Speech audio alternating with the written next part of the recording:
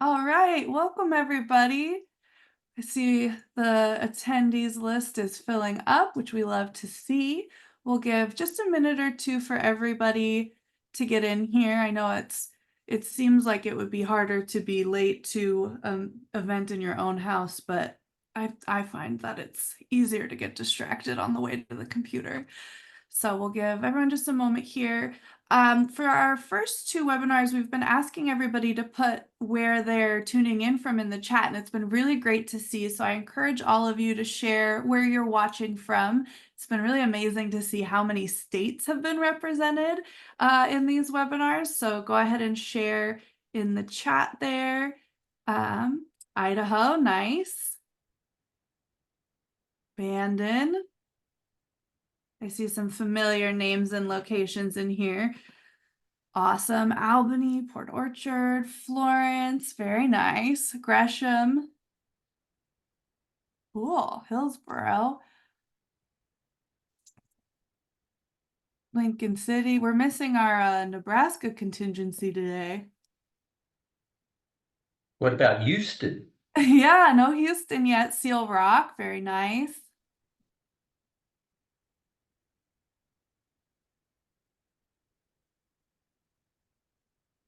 All right, we'll give just another moment or so here. So while we're waiting for the last few people to come in, thank you all for joining us for the third part of this series. If you haven't been able to watch the first two yet, don't worry, they will be on our website forever. And I'll share those in the follow-up email along with the recording of this webinar. So before we get started, I just want to remind everybody that we really love all the questions you've been asking. So as they pop into your mind, go ahead and add them to that Q&A box and we can go over them at the end. That keeps them really organized. Make sure I don't miss any of your great questions there.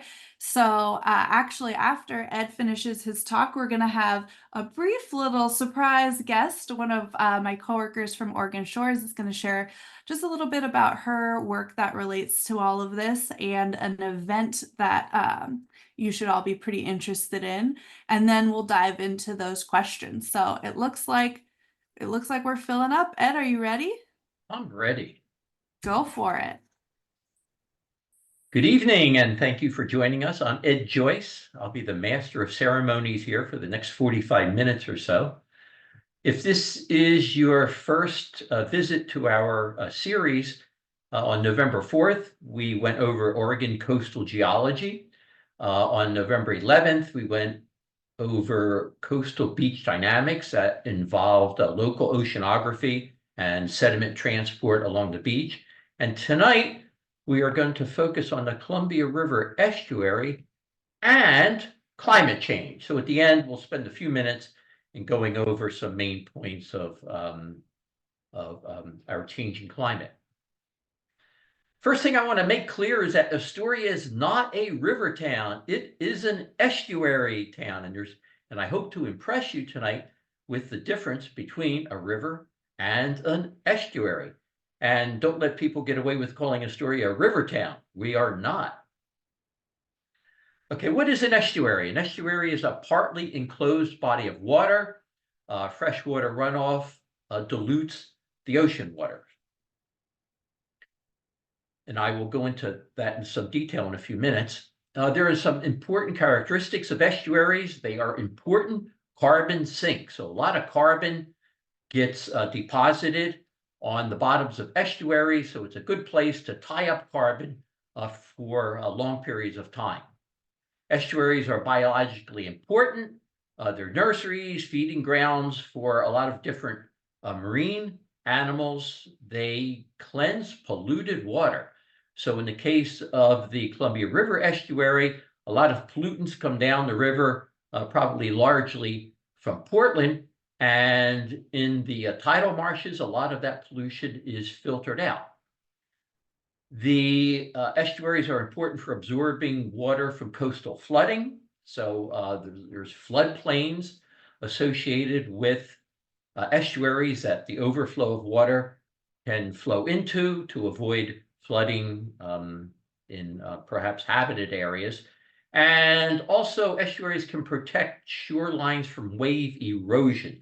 Now, this isn't such a big deal with the Columbia River Estuary, but a lot of estuaries do this, protect the mainland from storms. As promised, in my last talk, somebody asked me about this. I want to say a few words about the Columbia River basalts, because the Columbia River basalts were partly involved in shaping the Columbia River and therefore impacting the estuary. So about 15 million years ago, for the geologists in the crowd, you will know that that's in the Miocene period. So about 15 million years ago, there were major basaltic eruptions occurring largely in eastern Washington and Idaho. And as this little map shows, those basalts flowed westward, and they make up a lot of the basalts that we see today along the north coast. The basalts did not, those basalts that I just showed you did not originate in what we consider a traditional volcano. This is Mount St. Helens, and these basalts did not come from a volcano. They came from fissure basalts, fissure flows, which are essentially long linear fractures in the earth. So rather than the lava coming out of a cone, the lava came out of these fissures. And this is what an active one looks like. So these basalts spread all over the Pacific, or in large areas along the Pacific Northwest, forming a lot of the geology that we see today. This is a shot from eastern Washington, showing that a river has cut down some 1,000 feet into these basalts. So that gives you a little feeling for how thick these Columbia River basalts are. Okay, I want to shift gears here a little bit and get away from the geology and talk some about the Columbia River Estuary. It is the nature of natural waters to meander. And we see this in rivers. So a river will flow straight until it hits some impediment, and then it'll switch directions. It'll flow straight for a while until it hits another impediment. And that impediment could be resistant rock. It could be an elevated topography. So for whatever reason, and there are numerous reasons, rivers will migrate. And this is a classic example of Green River, Wyoming. You can see this very nicely when you fly over Wyoming, of an oxbow lake created by a meandering river. So my point here is that it is the nature of rivers to meander, and not just rivers, but also deltas meander. And this is a little cartoon of the Mississippi Delta. And those numbers show where the lobes of the delta have migrated over time. So some tens of thousands of years ago, the delta was where number 1 is. It migrated to 2, 3, 4, 5. And once again, the delta will naturally migrate just based on impediments that the river will hit, that the river will run into, and then the delta will switch. A little bit of an anomaly here is number 7. And number 7 is the present location of the Mississippi Delta. We call it a birdfoot delta. And it is being maintained by the Army Corps of Engineers. This is not what a natural delta looks like. There is so much infrastructure now built out here in order to maintain the offshore oil drilling rigs, that the Army Corps maintains the area so that the structures, that the man-made structures can stay in place. Not only do rivers migrate and deltas migrate, but also the mouths of rivers also migrate. And here we see the migration of the Columbia River Estuary over time. So in the upper left-hand corner, it's 1792. To the right is 1839, 1885, and so on. And what I'm showing here is that the mouth of the Columbia River has changed. It has migrated. Its geometry has shifted over time, just as rivers and deltas migrate over time. However, just as in the Mississippi River Delta, the mouth of the Columbia River is maintained by the Army Corps of Engineers and by the North and South jetties. And here we're seeing the mouth of the Columbia River. To the left is the north, and to the right is to the south. If you can see my cursor, here is Astoria. And if it wasn't for the structures maintained by the Army Corps of Engineers, the mouth of the Columbia would not be where it is. It would migrate naturally over time. There are hydrographers and geologists identify four broad types of estuaries. In the upper left-hand corner, we have a coastal plain estuary that is essentially the Chesapeake Bay. During glacial times, this was just a river. During glacial times, sea level was a couple hundred meters lower than it is today. So the Chesapeake Bay was not a bay, it was a river, but due to the melting of glaciers and the rise in sea level, that Chesapeake Bay area is now a coastal plain estuary. Fjords are a type of estuary associated with glacial ice waxing and waning.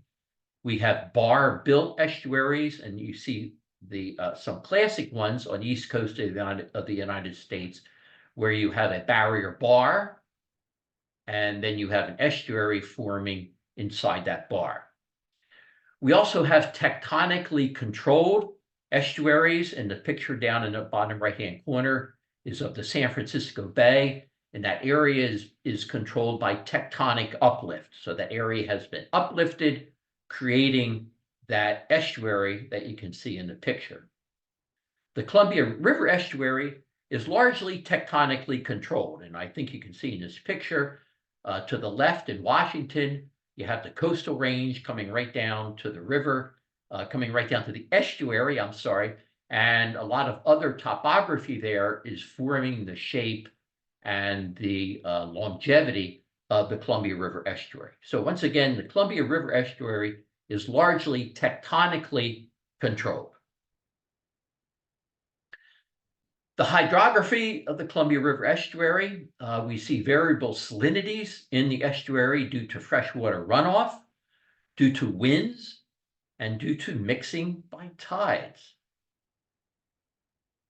The Columbia River Estuary is called a salt wedge estuary, where you can see in this picture, those numbers are salinity values. So you can see as you get to the bottom of the estuary, the salinity values are closer to open ocean values, and we have a freshwater lid sitting on top of the saltier water to the bottom. So to the left is the mouth of the estuary feeding fresh water into the estuary. Now, there are salinity variations, and they are largely seasonally controlled. To the left, oh, by the way, the halocline is that part of the water column where there is a rapid change in salinity. And you see this in the open ocean, and you see this in estuaries. So to the left, we can see that we have a freshwater lid. And as you go deeper into the water, we go through the halocline, and then in the deeper water, the salinity increases. Now, this would be largely found in the winter and in springtime, where we have a lot of freshwater runoff. And again, we have that freshwater lid sitting on top of the estuary. During the winter, we have another situation develops where evaporation is high. So the water becomes more saline. So the halocline looks different. So we have saltier water sitting on top of the open ocean of water toward the bottom. During times of high winds and storms, we get a lot of vertical mixing, where we have an isohaline situation. Isohaline means that the salinity is essentially the same from top to bottom. And again, this happens with a lot of wind, a lot of turning over of the water column, where causing mixing, and the fresh water mixes with the salt water. Tides can cause a saltwater wedge about 26 miles upstream. So you can still see brackish water about 26 miles upstream. And even as far as Portland, there's a 2 to 3 foot tidal range.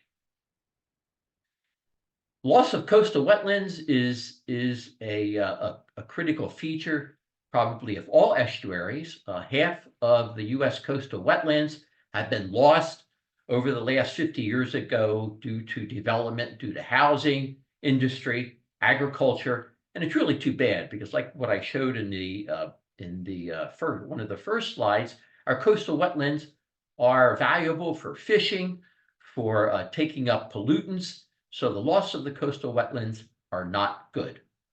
In 1986, the Office of Wetland Protection was developed with the goals of minimizing the loss of wetlands and to protect and also restore wetlands.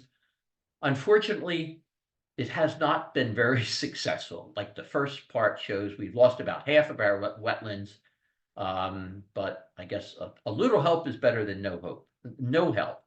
And due to a rise in sea level, this is not going to be good for our wetlands. Sea level rise will destroy wetlands that can't readily migrate shoreward, and it will cause a shift in wetlands towards shore. Biological pollution in wetlands is critical, and non-native species are an issue. Non-native species are species that originate elsewhere, introduced by humans intentionally or accidentally. The accidental introduction of non-native species typically occurs on boats. And if you are around where fishing boats are put into the estuary, there are signs all around warning or telling boaters to clean the bottom of their boats before they put them into the estuary. Non-native species often outcompete native populations, and we see this sometimes with farm versus indigenous salmon, where farm-bred salmon will escape the farms and often outcompete native populations. We can also see this with our beach grasses, where we have European grasses that were introduced back in the early 1900s, competing with native beach grasses. The European beach grasses were introduced because it was found that they have a deeper root system and they more readily trap sand, so they build bigger dunes. So people living along the beach like that idea of having bigger dunes in front of their houses.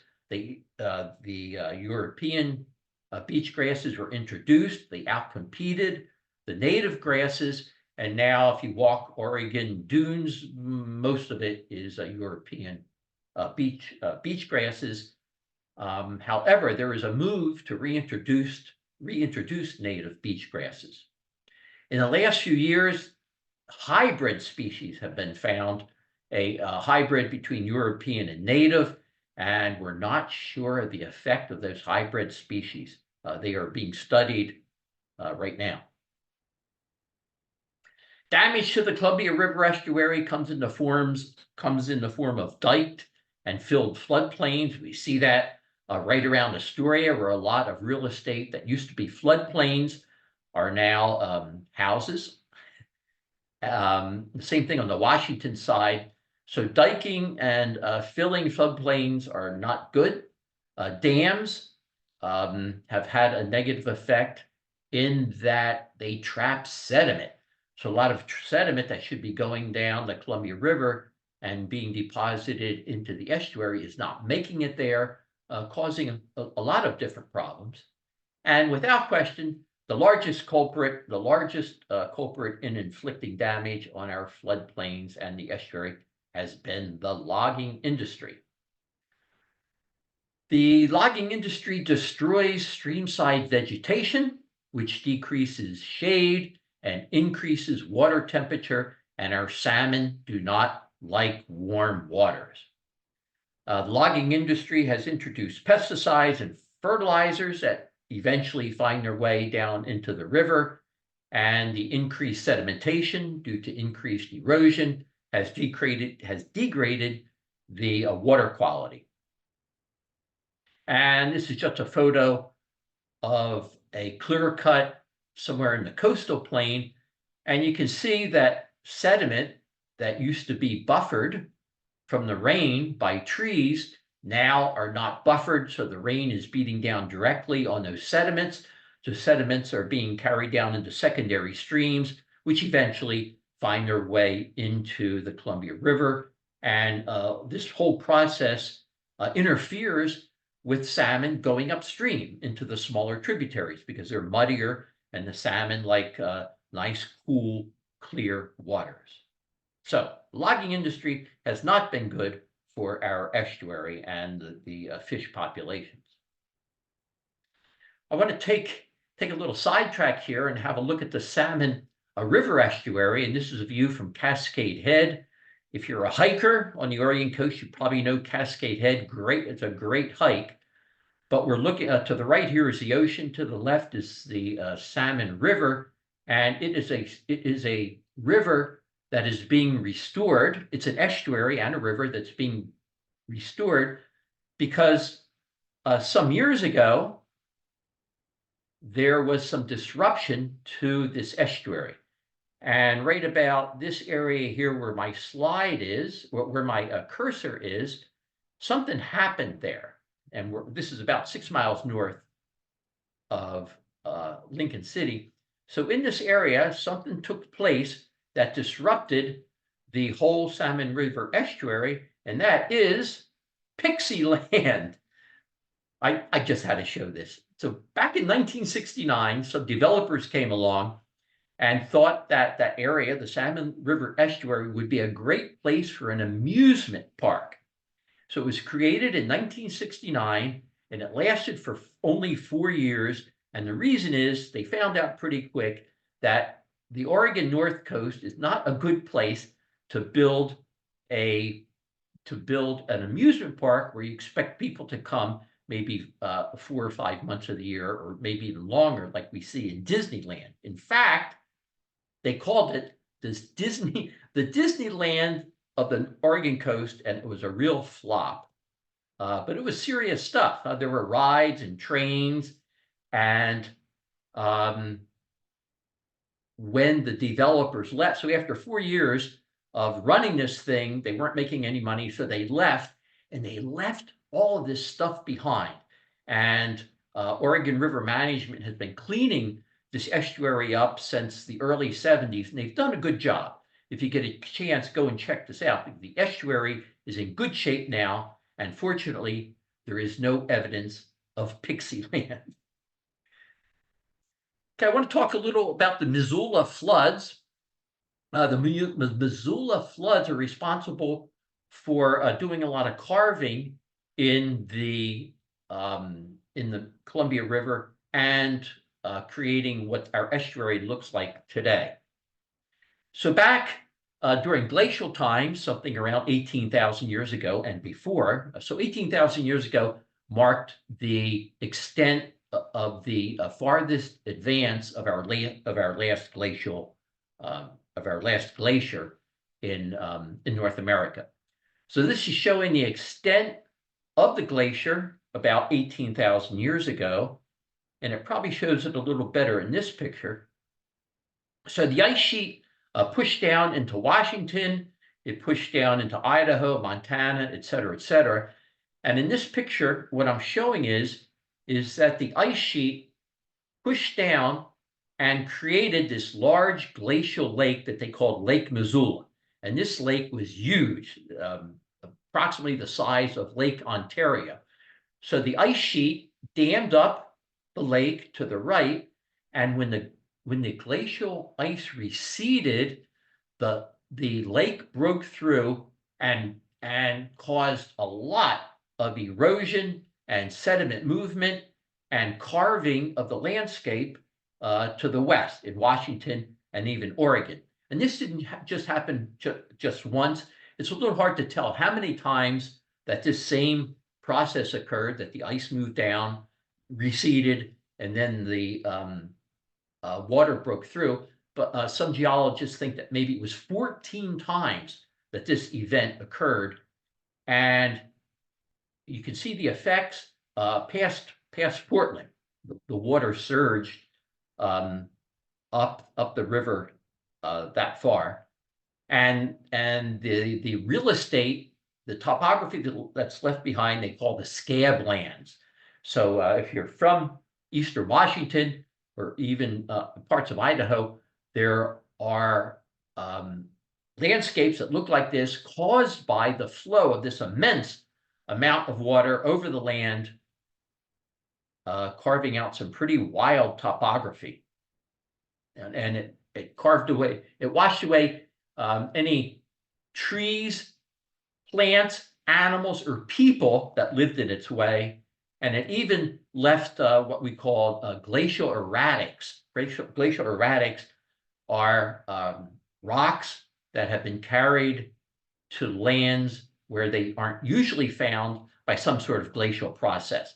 So this is a photo from someplace in Eastern Washington where these sorts of rocks aren't found today, but they were washed there by the flow of Lake Missoula, and it's a real headache for farmers, as you could imagine. I'm going to talk a little bit about the dams. This is the Ice Harbor Dam on the Snake River, and there's been a lot of discussion. You're probably familiar with the pros and cons of knocking these dams down. And I want to spend just a couple minutes spend a couple of minutes on that. So first of all, the negative impacts of removing these dams. First of all, there is lots of clean energy, clean renewable energy being generated by these dams. There are numerous towns all along Eastern Washington and in Idaho that get their energy, their clean renewable energy from these dams. The grains that come from Eastern Washington and Idaho, a lot of grains are presently essentially floated down the Columbia River. And the only way that these grains can be floated down the river is if we have the dams. And without the dams, these grains would have to be trucked and trained down the river, increasing a lot of pollution into our air, and also a lot of noise, and making driving along Route 84 even more difficult than it is sometimes today. Removing of the dams will increase energy use by agriculture. Now, a lot of the farms along the Snake and the Columbia River pump their irrigation waters out of standing bodies of water that take a lot less energy than pumping agriculture water out of a moving body of water that we would have if we removed the dam. So there'd be increased energy use by agriculture, and knocking these dams down. Not too long ago, I saw a government estimate. We're talking billions of dollars to remove these dams. So very expensive, and we're going to lose a valuable source of clean energy, and we will be increasing pollution into the atmosphere by increasing trucking and trains. Negative impacts of maintaining dams, largely fish. And there's no question that these dams have had an impact on the migration of salmon. No question about that. I want to call your attention here to a little study that I did along with some students at Clatsop Community College, where I teach.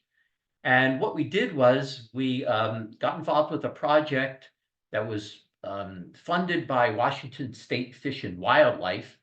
And the map we're looking at here is to the right is the Columbia River, and the beach that we're looking at there is Long Beach, Ocean Park, and behind that is Willapa Bay. You see Long Island there in the middle of it. And the project that we took upon ourselves was for 3 years during spawning season. We hiked up 4 streams that are draining into the Willapa Bay.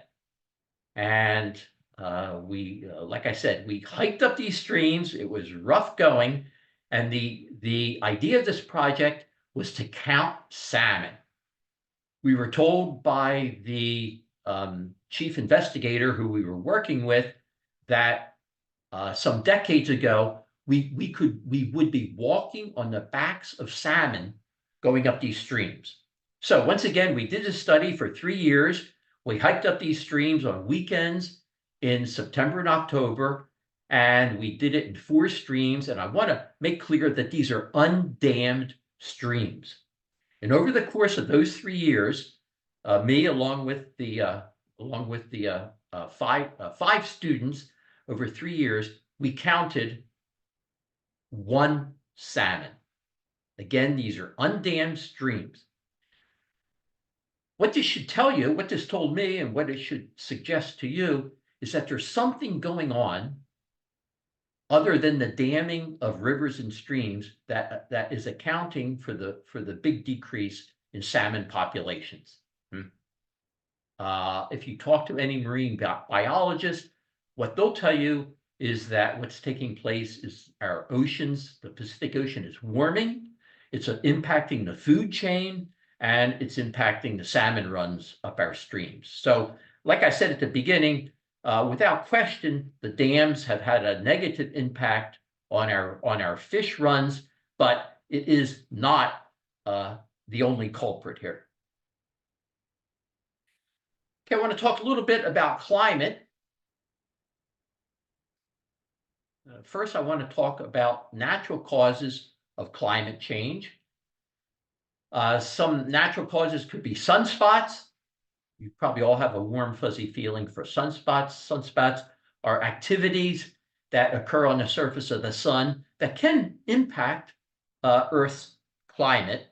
However, if you look at sunspots plotted over time and compared to climate, there is no relationship. So the curve on the bottom, the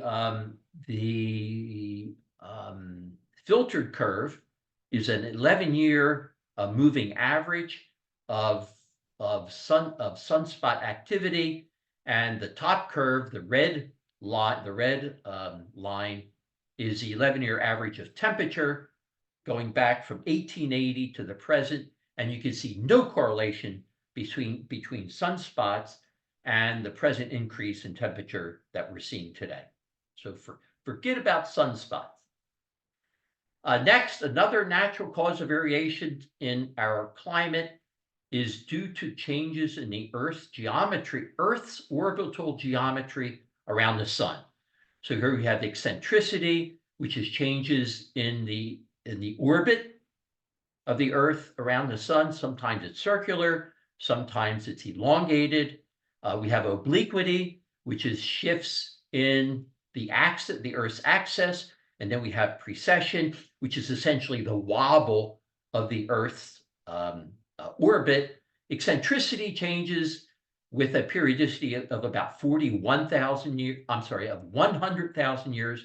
Obliquity is 41,000 years, and precession is about 28 or 29,000 years. And without question, these variations impact Earth's temperature, but they do not happen fast enough. They happen much too slow to account for today's variations in climate. However, these variations are what have caused the waxing and waning of ice sheets over the past couple of million years, but no impact at all on today's climate. Volcanic eruptions can impact climate, but there have not been any super large volcanic eruptions over the last couple hundred years that we can point to impact today's present warming. Plate tectonics can have impacts on Earth's climate. They can change circulation. However, this is an extremely slow process, and there's no way that plate movements have impacted our climate over the last couple hundred years. Over the last couple decades, we have been drilling into ice sheets, recovering ice cores, and then we analyze the climate record that are stored in the ice cores. And one thing we can do that has given us a good handle on climate is by extracting CO2 content from the ice cores and then comparing that with other proxies for climate, like the oxygen isotope composition of the cores. And what we see here, this is a record over the last 800,000 years. The curve at the top, the red curve, is carbon dioxide. The curve on the bottom is temperature, and you see a strong correlation here between temperature, Earth's temperature, and the carbon dioxide content of the atmosphere, atmospheric CO2. And when you get to the very end of the curve on the right, what you see there is a big increase in atmospheric CO2, something that we've never seen over the last 800,000 years anyway. And you can see Earth's climate just starting to respond to that. And we have a long way to go between the Earth's climate will come into equilibrium with all that CO2 that's in the atmosphere. So it looks like something that we've been doing over the last couple hundred years is causing that big spike in CO2 and also causing the spike in our global temperatures. Just a similar curve showing that since the beginning of the Industrial Revolution, we've seen a big increase in atmospheric CO2. This is, you probably all know this, but it's due to the greenhouse effect. CO2 is a greenhouse gas, and it traps incoming solar radiation. So incoming sunlight hits the Earth, the heat tries to bounce off, tries to reflect off the Earth, and it's being trapped largely due to CO2 and other greenhouse gases. I just had to show this. This is a pretty good result of a pretty good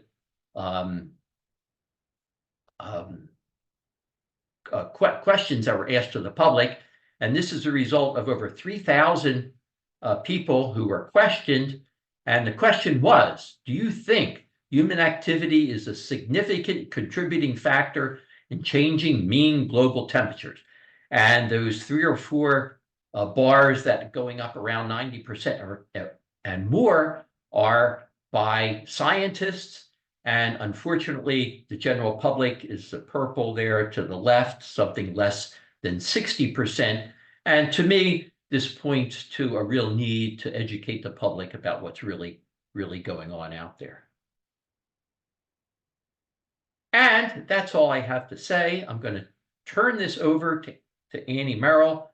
She has a few words to say about an upcoming event.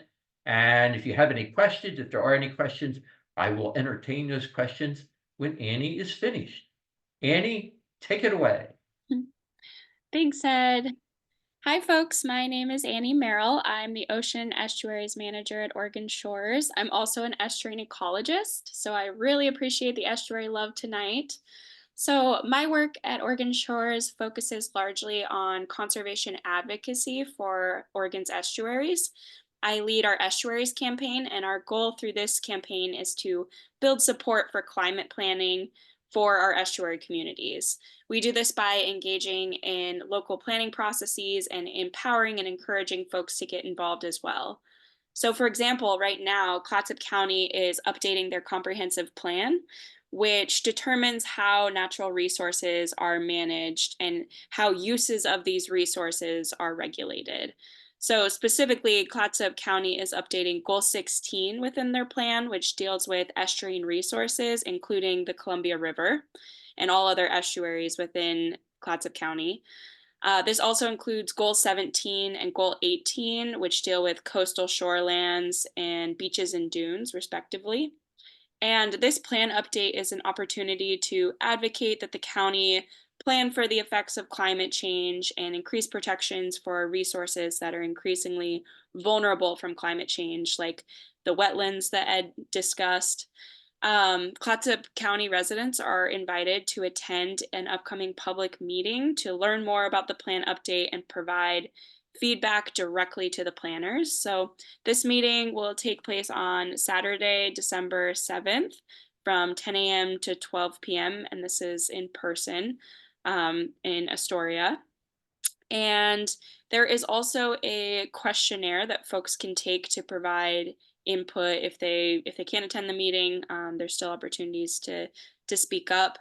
And also, the county's website has all kinds of really great information about the plan update.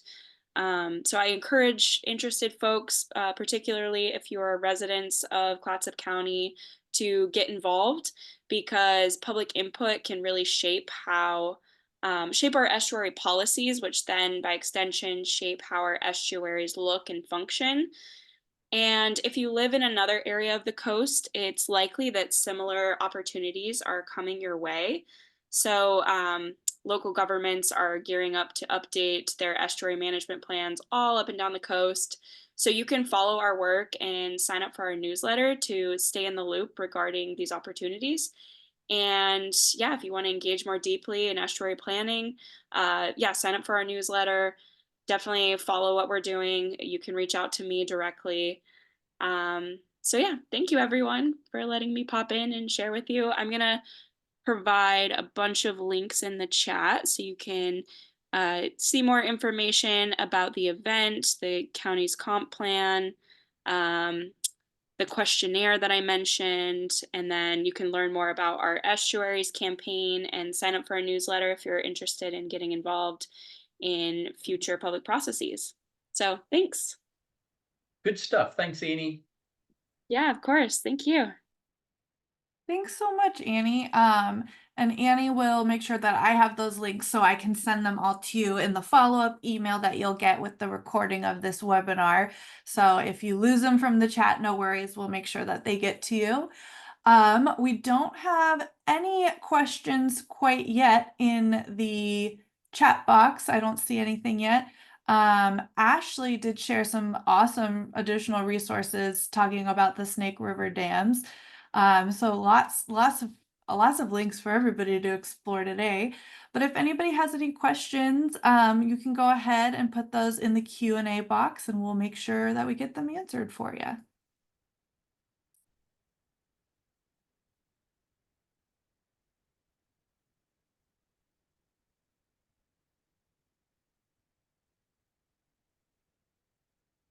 All right, we've got a question for Annie. Gwen wants to know, when will Tillamook County be reviewing their comprehensive plan? That's a really good question, and I actually don't know the answer. I know that Tillamook County was involved in applying to a grant to NOAA through the Climate Resilience Regional Challenge, which was funded by the Inflation Reduction Act. But they sadly did not get this grant. Same with the Department of Land Conservation and Development. They were the key department that was trying to get resources and money to Tillamook County to do their estuary management plan update. So I know that it's on their radar that the county is looking to do this as soon as they have the money and resources. So sometime in the future. Hopefully soon though, just because all of these plans are 40 years old, if not, or roughly 40 years old. So Tillamook County definitely needs to be updating their comprehensive plan with respect to estuaries, their estuary management plan. So yeah, if you follow along and stay tuned in with Oregon Shores, we'll definitely alert any folks in Tillamook County if there's an opportunity to get involved. And likewise, if anyone hears anything, I would love to know. Yes, we definitely love to have eyes and ears on the ground because we can't be everywhere. So definitely reach out to Annie if you hear anything. We've got another question in the chat from Lou. Lou says that they've recently relocated from Washington to Virginia Beach, and they want to know, is the Columbia Estuary experiencing increasing dead zones like the Chesapeake Bay is? Increasing what? Dead zones? Not that I've heard. That's a good question. Annie, have you heard anything about that? I have not heard about that in the Columbia River Estuary. Oh, yeah. My understanding is that it's a very river-dominated estuary, and so harmful algal blooms, which I imagine is the problem of the dead zone in Chesapeake Bay. I don't think they're as common in the Columbia River, but I don't know. Yeah, yeah, probably because of such good flushing Mhm. of the river, of the estuary by the river. So that's probably why we haven't heard of it. It doesn't happen. Yeah, that makes sense.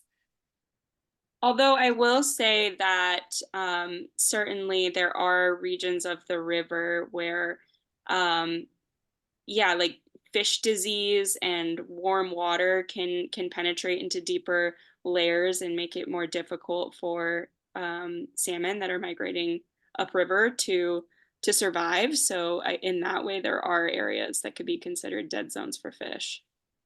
Mhm. All right. Any other questions?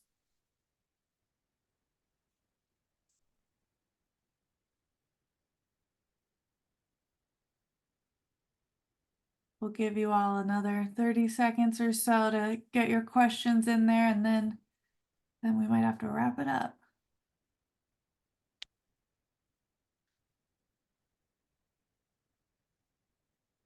All right. Well, I'm not seeing any more questions.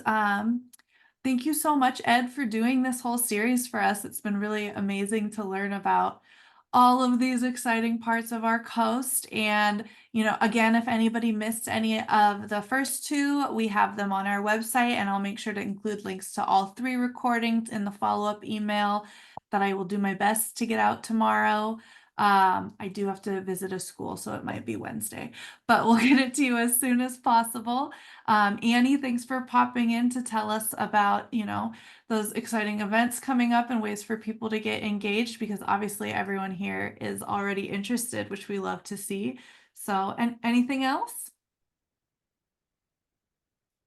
All right, well then that's a wrap. Thanks for participating, everybody, and we'll see you for the next series. And thank you, Katie. Oh yeah, my pleasure. Thank you All so right, much, everyone. everyone. Yeah, have a good night. Thanks, Ed, for the great presentation.